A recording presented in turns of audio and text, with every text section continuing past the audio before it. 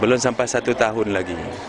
Dan sekarang ni meletak jawatan. Kalau dia tak mahu untuk mereka memberikan khidmat kepada masyarakat, dia awal-awal lagi patutnya tidak bertanding. Tapi sekarang meletakkan jawatan. Dan apa yang tak elok sekali ialah kita memperbodohkan sistem demokrasi itu sendiri. Dan ini nampak sangat ada pihak-pihak cuba mempermain-mainkan sistem keterbukaan kita di atas sebab-sebab tertentu, dan akhirnya nanti dia akan menyusahkan ramai orang menjalankan pilihan raya kecil, terutamanya di kawasan kepadatan penduduk seperti di Kajang tersebut, menelan belanja yang banyak.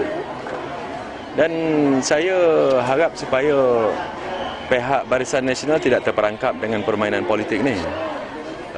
Jika ditanya pendapat saya sendiri, kalau saya yang membuat dasar Barisan Nasional, saya tak akan bertanding. Dia nak ambil kerusi itu, ambil lah, kan?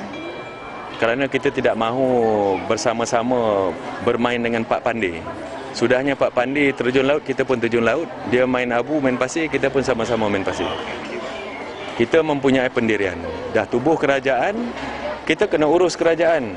Dah tubuh kerajaan, kita kena tadbir kerajaan dan negara dan negeri. Asyik nak berpolitik, akhirnya nanti dia akan menyusahkan orang ramai, dan keadaan yang tidak menentu, tidak sehat untuk sesebuah negara ataupun negeri. Jadi terpulanglah.